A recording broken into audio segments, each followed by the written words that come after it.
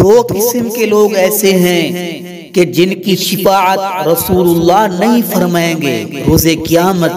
سیدنا حضرت ابو امامہ رضی اللہ تعالیٰ عنہ سے روایت ہے، وہ بیان کرتے ہیں کہ نبی اکرم صلی اللہ علیہ وسلم نے ارشاد فرمایا کہ میری امت کے لوگوں کی دو قسمیں ایسی ہیں کہ جن کو میری شفاعت ہرگز نہیں پہنچے گی۔ پہلی قسم یہ ہے امام ظلوم غشوم ظالم وغاصب حکمران، یعنی ایسے بادشاہ، ایسے حکمران جو اللہ رب العالمین کی مخلوق پہ ظلم کریں اور ان کے جائیداد، ان کے مال کو غصب کر لیں۔ اور دوسری قسم اللہ کے حبیب فرماتے ہیں وَكُلُّ غَالٍ فَارِقٌ، ہر خائن اور دین سے نکل جانے والے شخص، یعنی ایسے لوگ جن کے پاس امانت رکھی جائے اور وہ امانت کی خیانت کریں،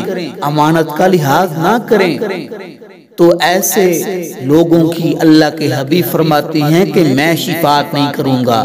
اللہ رب العالمین ہم سب کو ان برے کاموں سے محفوظ فرمائے۔